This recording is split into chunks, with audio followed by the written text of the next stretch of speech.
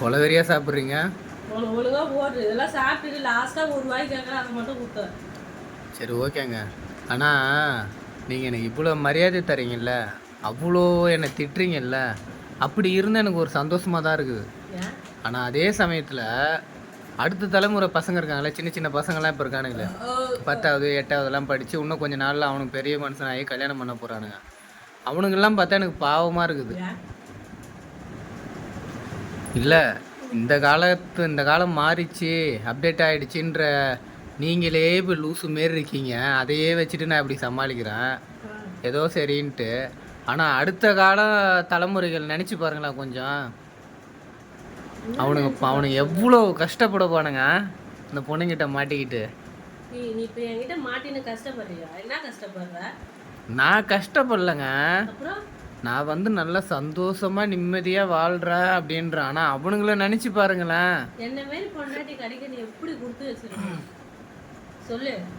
7 ஜென்மம் புண்ணியம் பண்ணியிருக்கணும். அதனாலதான் நான் உனக்கு பொண்டாட்டி வந்தேன். நீ வந்து ஏதோ வந்து என்ன சொல்றது, நீ பாவம் பண்ணியிருந்தான்னு வச்சுக்க, எங்கன்னா எதனா ஒரு என்ன சொல்றது உன்னை திட்டுறது அடிக்கிறது அந்த மாரி பொண்டாட்டிங்களா காசு. ஆனா நான் உனக்கு எவ்வளவு அழகா மரியாதை கொடுத்து, ஏண்டா வாடா அப்படின்னு எவ்வளவு அழகா மரியாதை கொடுக்குறேன். அந்த மரியாதை எங்கன்னா வருமா? வாடானா வா டார்லிங்னு அர்த்தம், போடானா போ டார்லிங்னு அர்த்தம். ஓகேவா? அதான் சொல்றேன். இந்த காலத்துல இருக்கிற எனக்கே இப்படி இருக்குன்னா அப்படியே கொஞ்சம் மேலே நினச்சி பாருங்க அடுத்த தலைமுறைக்கு எப்படி இருக்குன்ட்டு. அது வந்து 2K கிட்ஸுங்க, அது நம்மளுக்கு தேவையில்லாது. 9K கிட்ஸ்லாம் நம்ம எப்பவுமே ஒரு இதுதான் தெரிஞ்சுங்க, எப்பவுமே மரியாதை கொடுத்துனே தான் இருக்கும் ஹஸ்பண்ட்னாலே.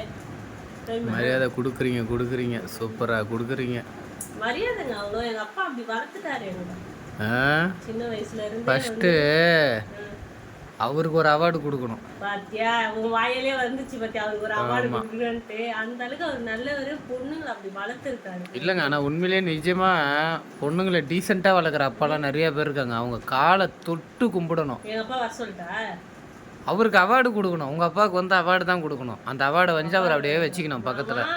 இந்த மாதிரி ஒரு பொண்ணு கொடுத்தீங்களே எனக்கு ரொம்ப சந்தோஷம் அப்படின்னு சொல்லிட்டு அவர் காலை தொட்டு வணங்கு ஃபஸ்ட்டு.